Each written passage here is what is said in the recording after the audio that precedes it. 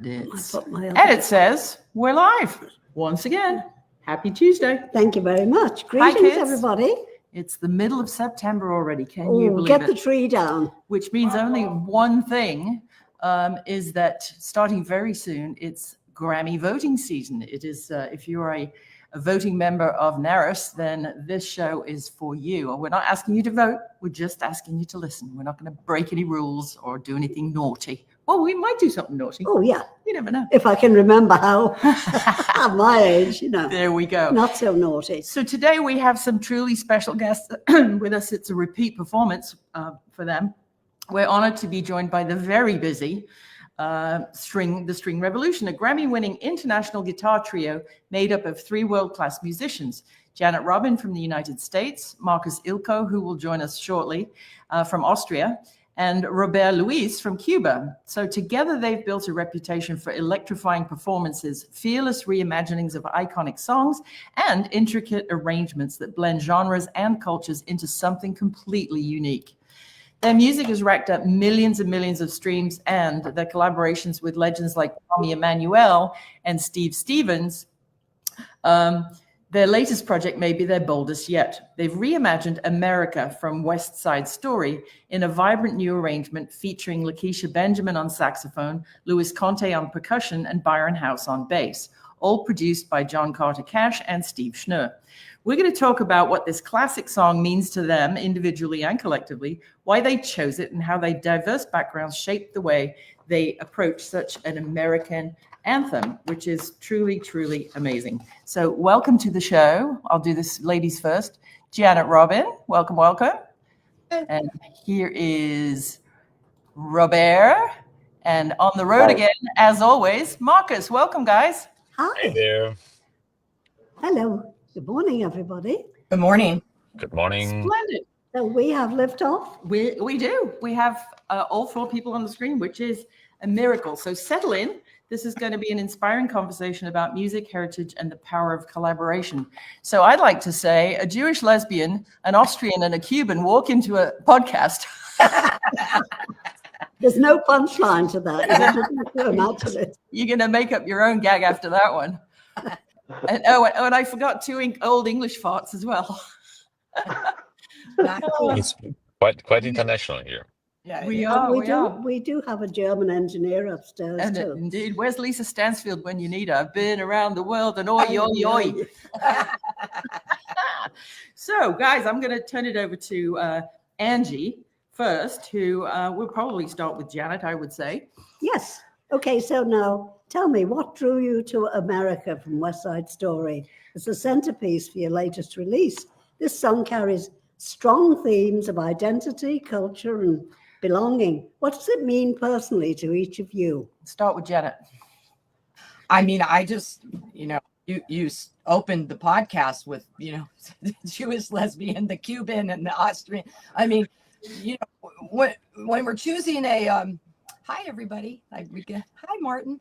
When we're choosing a cover, try to choose something obviously iconic, if that's what you're looking for. But I was just thinking maybe not an artist, maybe something different this time, a film or a musical or a theme song. And Hello, everybody. Hello, John Carter. Hey. Hi. We were just thinking of, something different. And I looked up some musicals, and America was like one of the, West Side Story was one of the first ones that came up. And I was like, oh my God, I love that. Yeah.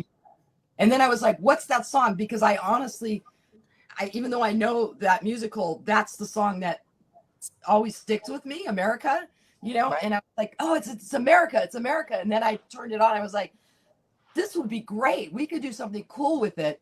And also just musically, culturally, I mean, that's kind of what the String Revolution is about too, bringing all of our different influences together. And I thought it would be a perfect thing. And then why not go to Nashville and do it, with Mr. Redneck himself. Yeah, my Redneck Renaissance Revival furniture. Right.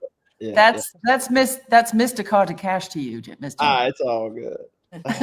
No, Actually, it's Pineapple John. That's my new I mean, Okay. they talk about how they felt about it when we discussed doing America. Yeah. No, Yeah, Robert, what did you, obviously, I know you grew up here, but you come from a very different culture in Cuba. But this song was originally arranged sort of in a Latin way. Were you surprised when Janet brought the idea up? I was surprised a little bit. I haven't heard the song like for quite a long time. Yeah. I think they did like a remake of the movie or the scene, the projection. But like many people can hear, the song start with many, I would say, Latin styles. It can get the Cuban danzón. You can hear the Puerto Rican danzas, which is very, very powerful in the beginning, and you can hear the guajiras, and the guajiras is like a genre in Cuba, very popular. You can hear between the rhythms between the 6 and the 3/4, like in the 1 2 3 1 2 3 1 2 3 1 2 3 1 2 3 1. That's a guajira, and I grew up listening to that music. So when Janet brought me to the song, I say, hey, I think Leonard Bernstein, got all these influences, and I'm putting together to work in the scene, because it's about the cultural influences back in those times in New York. So yeah, I was very happy to play with those genres here and interpret it and make up with the arrangement. Right, very cool. And John, how did you and the co-producer Steve Schnur, how do you approach? I know you worked with these guys and you all got a Grammy for Folsom Prison Blues, so you know them and you know their incredible skills and talents.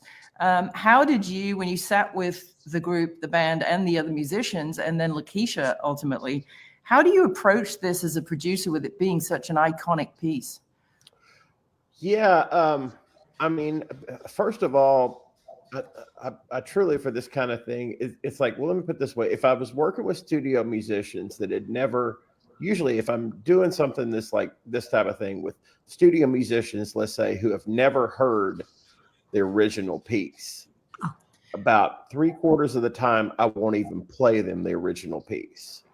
I will only let the artist who is doing it, the interpretation, relate it to them. Wow. That's normally the way that I do it. Because, and then, but I think it's one thing, it's fresh. I think a lot of people haven't heard this in a long time. Yeah. And so that was exciting to me, that you can, that you can take a fresh take on something like this and doing it, as an instrumental. It's just absolutely amazing. But I think of Rita Moreno and all that immediately. It's just having known the piece, the play so well. I saw a revival of it on Broadway when I was a kid. So fantastic.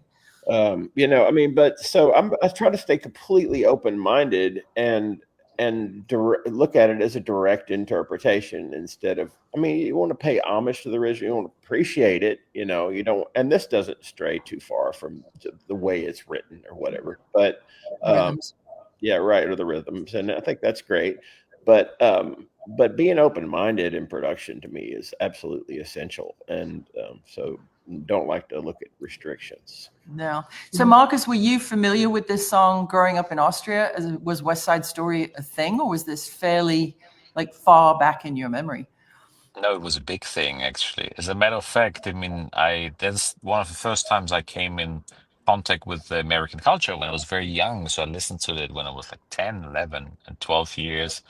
I had to write a couple of works about it as well. So I started very early with the thing. And for me, America, when I started to see this thing, I had the feeling of, and got more information about America, which is a melting pot of cultures. Right. And back in the days, I was like, oh, America is has so many different cultures, so many people from different places on the world, and they're all welcome here in the US. So this was my original thought always, and it's still my biggest belief. And then when Janet came up with it, it was just everything made sense for me, because we are when people from different places, who cares where you're from? you're here and have a good time. And then, of course, also written wise, it's just very interesting what's going on with the da da da da da da dan dan dan, the hemiola, the changes, and the harmonic structure. So it's kind of like a golden chest you can open up with all those gimmicks from the original track, and we can change it, right? Golden chest. Which Yeah. yeah, which we did, and then of course you have John and Steve there, who could give us their feedback was just so valuable as well. So it was constantly involving, and we're very proud of the arrangement. Absolutely, as you should be. Hi, Steve. Long time no see. Welcome. I am so happy to see you both. Thank Oh, you. Lord, I haven't seen you in forever, both of you beautiful people. I think absolutely. Like I think it was our Beatles show at the Rabbi Mark's event over here in It was, and I brought my daughter, who still talks about it to this day. She's Oh, Thank you. yeah, it was a good evening, wasn't it? Beit Shuvah, Yeah, little it was. fundraiser. Yeah. Yeah, well, great to see you. So have you and John Carter Cash worked together before, or is this the first sort of commercial single that you guys have collaborated on? We've never worked together before, but John and I have shared meals together, and we have shared laughs together. And I consider John and his amazing wife to be personal friends of mine. And We made it all the way through this too, and we're still friends. Yeah, there's a lot, Same for the band as well. Absolutely. No, John and I are friends, and anytime I can, hang out with him, let alone hang out during a creative process with him, is just incredible to me. So yeah. That's fabulous. So you three guys, obviously the String Revolution is the name of the band, but Yeah, well, this it also features Lakecia and Luis and Byron House. How did these collaborations come about, and what did each artist bring to the arrangement? go Janet. We'll start with the ladies. Yeah, go on, Janet. The String Revolution, once again, the name. I mean, we did Folsom and we had all guitars. And then I think as an artist, it's important to just experiment. And, we know Lakecia from musician circles, and I've been a fan. Her sax playing is amazing. And we've been talking about doing something with her for a while. And I just thought, what do you guys think? Sax and guitars, or as my friend Sekou said, sex and guitars. Yes, it's sex and guitars. I mean, That's the way how she sold it to us. So what do you guys think about sex and guitars? Yeah. That's Sign me up. Yeah, I hear in double. I thought she said six sex and guitars. saxes. There we go. No, I just, I mean, why not? We did the guitar thing. Not that we wouldn't do it again, but we like having guests, and we like something different. And this picking a musical song is already different, kind of outside of the box, and then having Lakecia, why not? And then Roberto's friends with Luis Conte, and then Markus and Steve can talk about marching band. I mean, God, for God's sakes, there's a marching band on this song, Right. So I think sometimes when you take a chance on something you think might be weird, but you just do it, you're with your passion and your dedication as an artist. Mm-hmm. It's like a really good smoothie. Yeah. Throw the spinach in. Why not? I'll throw out real quick. Byron House is a good friend of mine. Byron. How about Byron? Absolutely love Byron's playing. And when we were doing the last, the Folsom Prison Blues, it stood out to me as if I was going to have somebody come in that could do absolutely anything, and fit the bill, it would be Byron. He could go from bluegrass to heavy metal with just the turn of his head. So. Wow, that's quite a talent, especially given the complicated arrangement, with this particular track, that is the field/category you guys are fingers crossed asking people to listen for this year, right? Yes, yeah, in arrangement. From the rock background, all I know is 4/4. I want to speak about the marching band, which is probably the considered one of the least sexy things on the planet. And yet, how do you sex up a marching band in a sex and guitars arrangement? I understood it was sex and guitars as well. I was actually quite disappointed when a saxophone showed up because I thought there was something very Motley Crue going to happen, but clearly it did not happen. Janet promised me, but I forgot that she has an accent, so I misinterpreted it. But anyway, I'm not kidding. These guys are my witness. I just happened to be in the studio simultaneously with a marching band. And it was one of those ideas, at the risk of repeating what Janet said, I think sometimes the unexpected, the idea of doing things in an yeah, I agree, marching bands rock. I think to be unorthodox, and to utilize instrumentation in different types of genres and approaches makes things incredibly interesting and experimental. And I think you always need to do that when you have impeccable musicians at your disposal. You're not trying to, if you're in the studio with average musicians, then you have to just try to figure out ways to make them better. If you're in the studio with the best musicians in the planet, you have to find a way to create very interesting arrangements and approaches. Because number one, amazing musicians get bored because, so you have to push and challenge. And I think we brought up the marching band idea and Janet sort of jaw dropped. No, it was Markus, I think. Oh, his jaw dropped? Somebody's jaw dropped. No, I think Steve mentioned the marching band, and then we were just like, oh, that's what is the least expected in a guitar arrangement. Well, it makes sense. It just seems and then my jaw dropped. Yeah, it makes sense to me in a production fashion. Yeah, it really works incredibly well, and that's a huge marching band, by the way. That's like how many pieces? Like 60 or 80? Around 60 pieces of kick, bass, drum corps, proper drum corps. Wow, amazing. I think the last time anybody did anything that crazy with the marching band was Tusk, wasn't it? Yeah, exactly. Fleetwood Mac back in the day. What was the old joke in the 80s? Talking about unusual musical instruments. What's the definition in 1983? What's the definition of an ultimate optimist? A trombone player with a pager. Like he was going to get a gig, What did the trombone player say at the New Year's Eve gig? You mind if I leave my stuff set up for next year? You can put anything with accordion in there. That's like right up there with what's the difference between a conductor and a bull. One of them has the horns in the front and the ass in the back. Oh, that's funny. And I think Steve and John may have missed my opening line. A Jewish lesbian, an Austrian, and a Cuban walk into a podcast. That's it. Yeah, and here we are. Yeah. At least you guys came on to balance it out. Yeah, and a redneck. And I don't know, Steve, how would you describe yourself? Me? Jewish. I would describe myself as a redneck Jew. A redneck Jew. Y'all want to go to synagogue? There you go. Y'all want to go.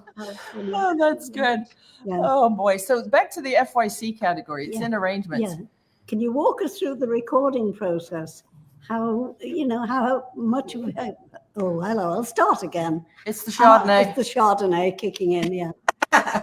Two old English tarts walked into a bar. How much was carefully mapped out as far as the arrangement versus spontaneity? Did anything spontaneous happen that you kept on the recording, or was it all played note for note, I guess is the what question. The old bird was trying to say. Yeah. Well, Markus, you could probably talk about all the demos we did. Yeah, so we did a couple of demos. So we had a good idea, and then when we went through it, we talked about the harmonic structures. We talked about, some changes we could do, how to keep it open for the sax player. So we had a couple of different demos already, which we constantly changed as well. We had like sometimes the problem is if you do an arrangement, sometimes you can do too much. All right. So and we didn't want to do something which is just like, like play the fifth from the fifth and just go crazy in it, because we just want to honor the song. So it's all about the song, right? And then just make small changes. So it's constantly interesting, but not over the top, at least from the beginning. So Yeah. that was the approach, and in honor, of course, the original and the idea behind it. And so we had a couple of different takes already beginning, which we constantly changed. And sometimes you think you have a fantastic idea, and then 2 days later, oh, that's bullshit. Like let's just cut that out. And yeah, so we had that going on, and we knew that once we go to John's studio and meet John and Steve, there might be a lot of different changes happening. So we were ready for that, and yeah, there was. We get all this feedback from them, of course, and all the ideas, and then there were more changes happening. And even in the Yeah, editing process, there were more changes happening. there were So a decent bit of back and forth also in the editing at the end for the mix too. A little bit. right. Yeah. Yeah. Fascinating, isn't it? Well, what a task to mix Yeah. all of those instruments. Holy moly. How long did the mix take, guys? Janet, Well- you want to answer this one? 6 months, I think, wasn't it? I'm just joking. No, I think I had to take more anxiety medication during that process. It took a while because there's frequencies with the sax and the guitars, and then the percussion. They were all like kind of living in similar areas. That was tough, and so we find the right balance. And but we got it, and the track build too. We wanted it to build, to the finale of the marching band and the just explosive, the whole thing. It took a while. We went back and forth. And Lakecia, we recorded separately with Rafa Sardina, amazing engineer. But our producers were, on not Zoom. What's that program called? Whatever that the studio program. Yep. Kind of log in and listen. Audio movers. Yeah, audio movers. Yeah, and we had her literally for like 3 hours. That's all? Yeah. Wow. That's amazing. She played the Hollywood Bowl the night before for the Playboy Jazz Festival. She changed her flight home to get one day. I picked her up. We went and did it. And I mean, we never played with her. All we did was send her the track that we, wasn't mixed yet, and so she laid that down, and, we had some comping. And Louise, we went to him studio, and he, nobody knew what anybody was doing, and it came together. Wow. Even in the mixing. So Robert, you're again being of Cuban heritage. Yeah. Do you feel that, tackling a piece from West Side Story adds a layer of cultural responsibility for you, given its history in American theater and film? But having the basic rhythms of your childhood. Yeah. It really is that melting pot thing again, isn't it? Yeah. Yes. Like I said before, those rhythms, they live in my head since I was a child. Yeah. Since I was a little guy. That was the music that we listen at home. So bringing back this music, first, I think I heard about the America song by another song of Ruben Blades, and he makes mention of that song, and then I did my homework and I started searching about how can we do like this suitable for 3 guitars. At the beginning, it was only 3 guitars doing the arrangement. Wow. Okay. I try to incorporate those rhythms, with the guitars, like trying to adapting that kind of music, which is the whole band, only for 3 guitars. But then it was growing up, and with the help of Steve and John and Jan and Markus, Luis and Byron and Lakecia, we came with this huge arrangement, which I'm very proud of. Which Very I think, happy with the result. I think speaks to the fabulosity of the song is that you all come from completely different musical sensibilities, backgrounds, Yeah. cultures, and whatever. And isn't that what music and art is supposed to do? Is bring us all together, right? Right in line with the melting Yes. pot. Yeah, I mean, I gotta say credit for Robert because I mean, for me, I relied on him with these rhythms. I mean, like I said, I'm like 1, 2, 3, 4. That's my 4/4. Right. When I heard you done it, when I heard you'd produced this song, my natural thought was that it was Robert that brought it to the table and said, "Hey, what about this?" It's interesting that you all agreed on a song from sort of complete diversity. Markus, what message do you hope listeners, because obviously you're a big wig in Austria in your home country, you're the Grammy winner, you're the boy made good, you're all over the press and all Because over it's a small country, yeah. TV. No, It's like just Los Angeles has more people than the whole Austria. So, I know, but still not many people in either place can play the guitar like you. I mean, I think we can count them on one hand in both places. That's sweet from you. All of Thank you. you so No, much. I mean it. You know Sweet. that. What do you hope listeners, not just here, but especially in your home country, take away from this song with all the spotlight on America at the moment? And we don't talk politics here, so we're not going to get into politics, that. But no. just, I think it's great branding for the country. Right. So the one thing is, it's first of all, it's all about the music, right? That's the first thing. It's all about feeling. It's all about you like the music, and if someone listens to it, even if you don't know what it is, where it's coming from, it should give you joy in a way, right? It should give you all these feelings of the different rhythms, preferable, different feelings of different cultures as well. And then regards to your specific question, I mean, as I said before, it's a melting pot, and it doesn't matter where you come from. You're just a person. It doesn't matter where I'm coming from. Like it just happens to be that America is a melting pot, and I'm very, very proud of being here. And even though it's not a perfect world, and politics is not perfect, there are a lot of good people here.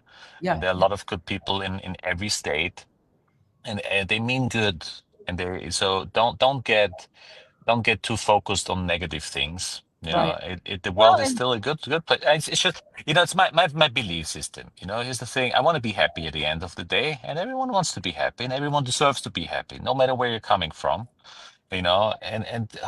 Sorry to say that, fuck politics. It's all about people. You want to have a good time, and everyone has the chance to be happy. Should have the chance. And to I be think happy. also that's my deepest belief. 100%. And if music can do that, then I hope we achieve that.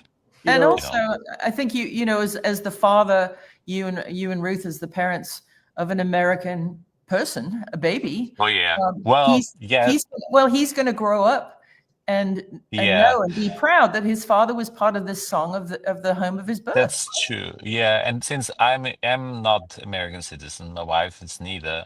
Our child was born on a specific day, which was 2 days after the deadline where never mind. We won't get into that. So it was very personal for me, because we almost had the danger of our child would be born here and not be American citizen. Wow. Well, God bless you for holding that one up. But in the end, we all, it's everything is good at the end. So whatever happens, and we all will be happy and work together.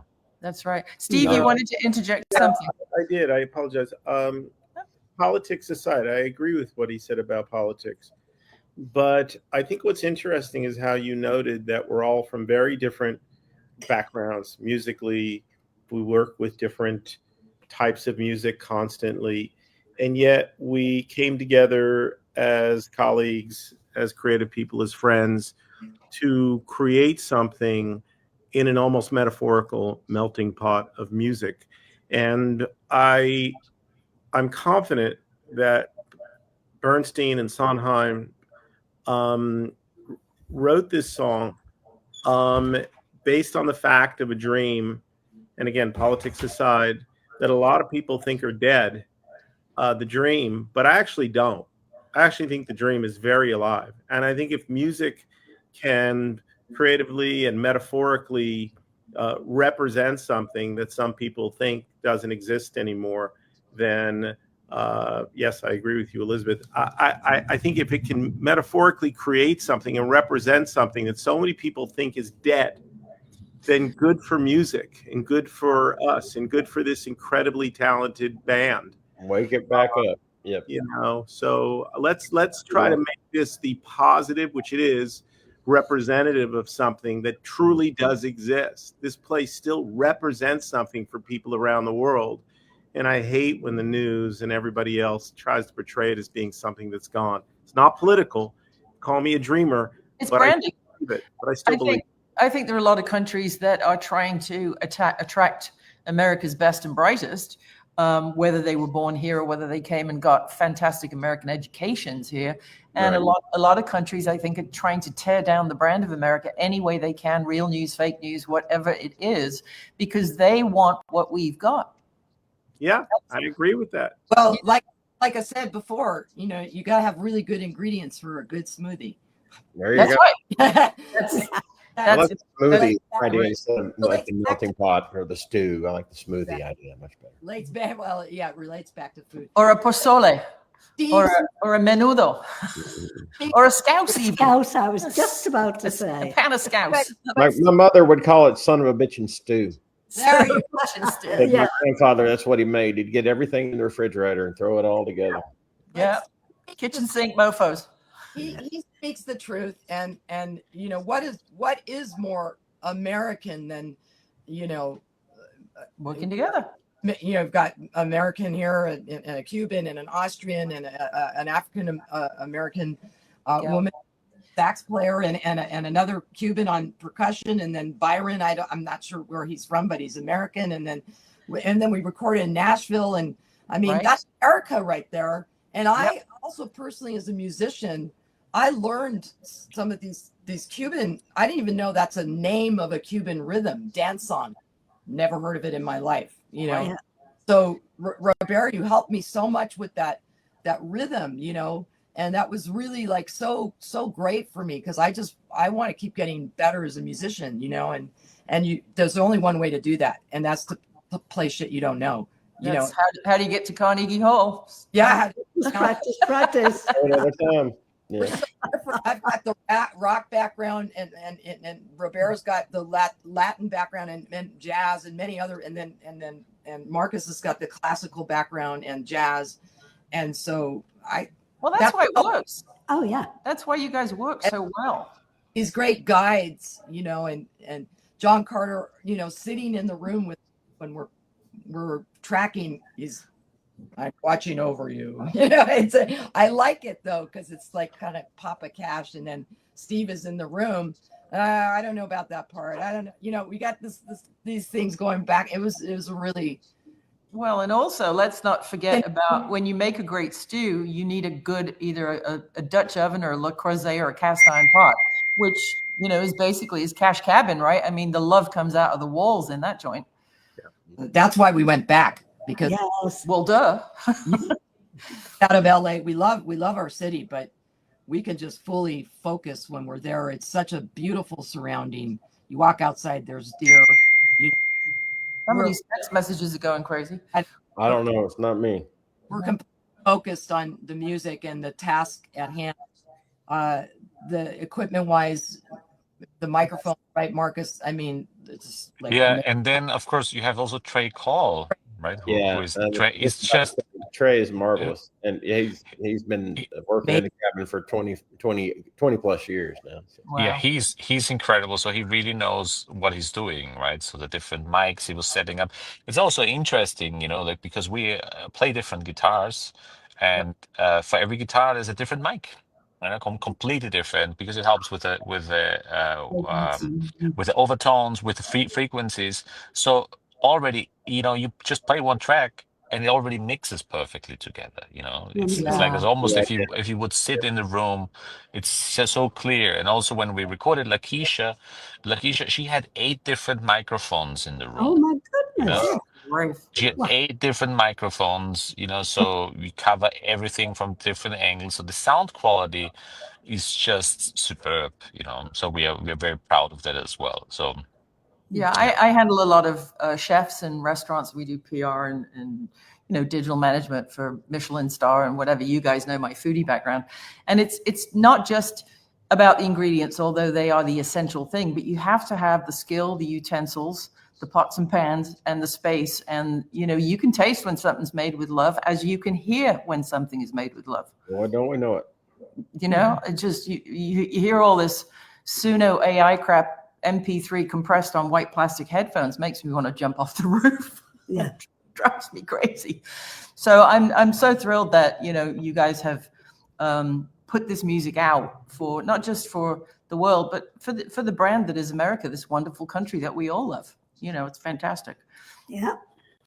Anne's got a question about Janet, if you could choose another piece from Broadway or a film to reinvent with the String Revolution, what might it be and why? Well, maybe something from Hair. Yeah. I love musical. I know it was revolutionary, wasn't it? Ange took me to see it when I was 12, and I was sitting there going, oh, Willies. Willies, men's willies. I mean, I also like Nothing that changed. was supposed to be the first name before they decided on Hair. They were going for Willie's. It didn't test well, but they said the name was too long. Oh, I see what you did there, and I like it. I like Christ Superstar. I like Hair. I mean, I'm a little bit of a nostalgia person, but there's new stuff. I mean, my gosh, you could do something really interesting from Hamilton. Yep. No, absolutely. I love that idea.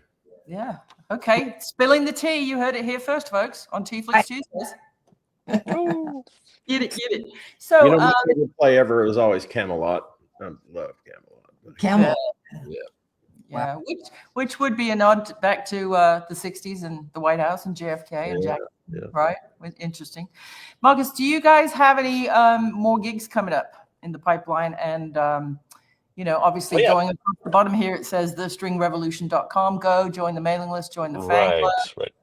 So we have something coming up. We play actually on the 25th in Nashville, correct? I think we play Nashville on 25th.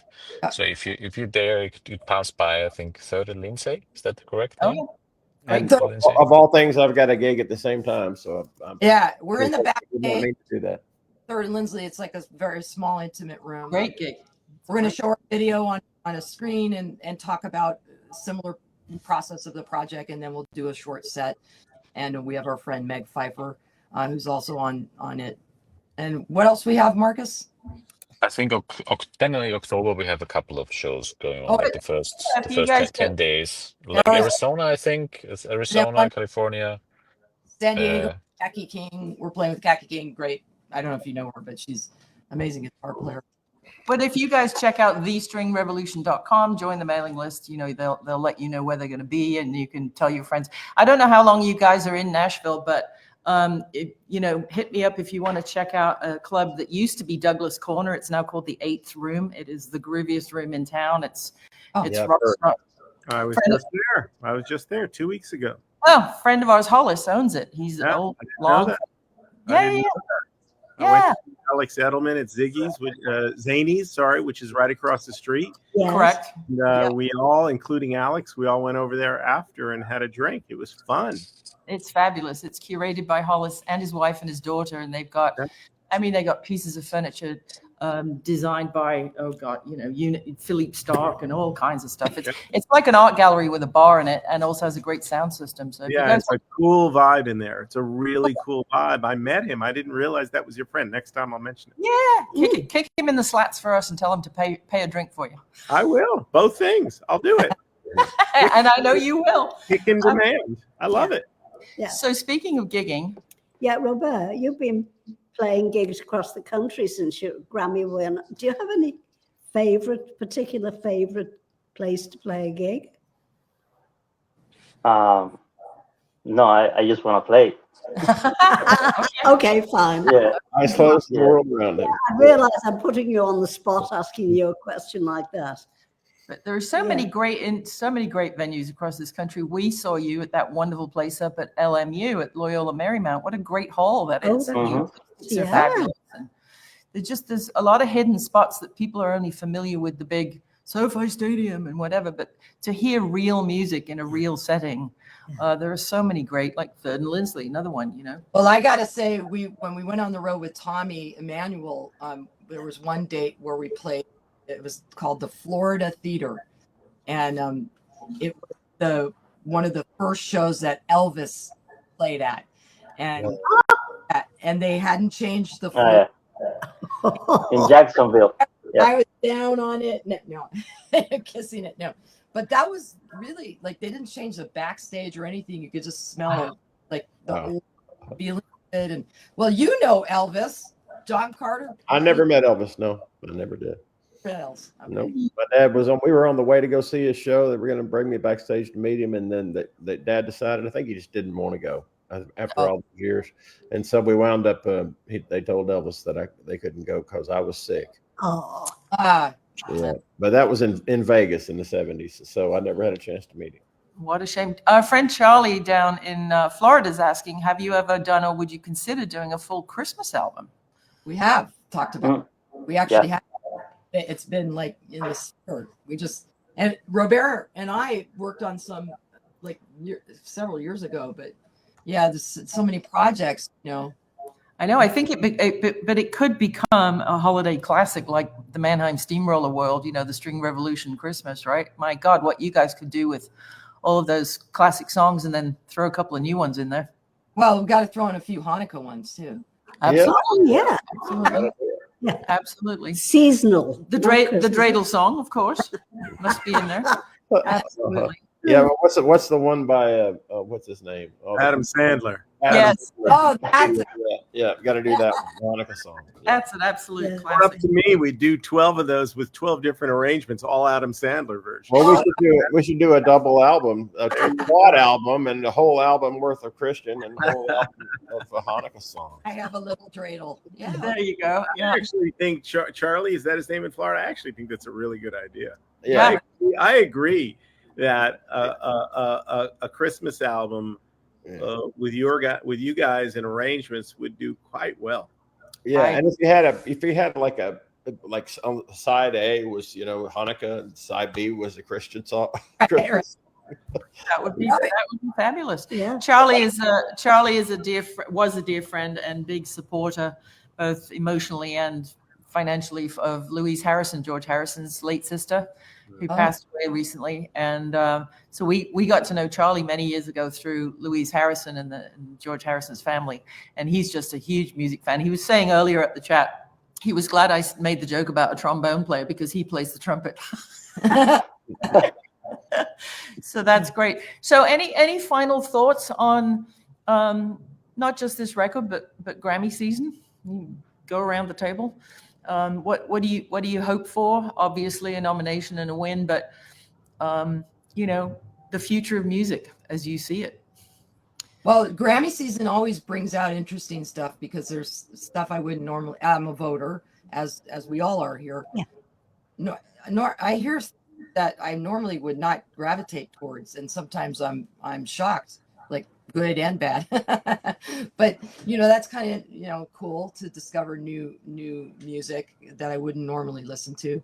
I mean, it's tough with these award shows because in theory, you think maybe art shouldn't be a competition, but it's a part of the business. We're just honored to be able to submit it and to have something to submit and that we're proud of. Right. We hope it spreads some good love and good cheer and good branding for this great country. A good branding for this great country. And Andy. We just with everybody and show these talents and Lakecia as well. She's a rising star in jazz world. And great. Anybody else want to chime in before I tell everyone where they can find you and where they can listen? I just have one comment to add to that is that, I'm an orchestral guy, but I'm a rock guy. I go back to the Metallica sort of years, and that's exactly where Janet and I from day one sort of bonded big time in our love for rock and roll and guitars. So my answer to your question is, it's amazing that guitars are back right now. Yeah. Rock and roll's back, guitars back. You know, kids, Gen Z, Gen Alpha are loving and turning up guitars. I'm not discounting or diluting other genres, but other genres are reaching a tipping point. Bands like Turnstile and others are out there doing it and rocking it. Bands from the 90s and early 2000s, rock bands, are killing it right now. Right. And I just think the fact that guitars are back, you know, like she just did, I understand the cyclical nature of music, but personally, I'm thrilled that rock is back, guitars are back, and it isn't ironic that this is a guitar band. Yes, isn't it though? Absolutely. But where you live, John Carter, guitars never went away, right? No, they never went away. Neither did the players. Steve's here too. That's right. I live here too. So, yeah. So we're surrounded by the greatest musicians in the world, correct, except for the 3 that are in California. Right. Well, you know, maybe you can drag them over to Tennessee at some point. We try. We love there. We love coming to Nashville. We lived in Nashville for 3.5 years after the Northridge earthquake. I don't know why we came back, but we had a great time in Nashville. I love it. Oh, Martin said because you had no car chases in Nashville. Mm-hmm. We had to come back for Channel 5 for car we chases. Still don't have them, and we're thrilled about that. Oh, how long before there's an app called Car Chase? You can watch them worldwide. Well, this has been an absolute joy and a delight. Our regular viewers will know that Angie is also known as the Limerick Lady. She has a book called Mrs. McCartney's Liverpool Limericks and Other Random Irish Haikus. Those are fantastic. Yeah, they are. Thank you, Markus. They are funny. And our new book is just out. It's called Words of Wisdom, Twisted English and Linguistic Lunacy for World Nerds. And they have been this is our sponsor for today's podcast. And you can find all that at mrsmccartneystees.com. But being the Limerick Lady, she puts pen to paper. Now, our guest of the week, we usually only have one, usually gets a 1-stanza limerick. But since there's a brace of you, I don't know what the collective noun is for this, a gaggle? A gaggle. A gaggle, okay. You put her really, she had to sharpen her pencil because you guys get 2 verses. I'll let you do the speed and then we'll read it. Jolly good. 1, 2, 3. There once was a trio so grand, the string revolution, we're fans.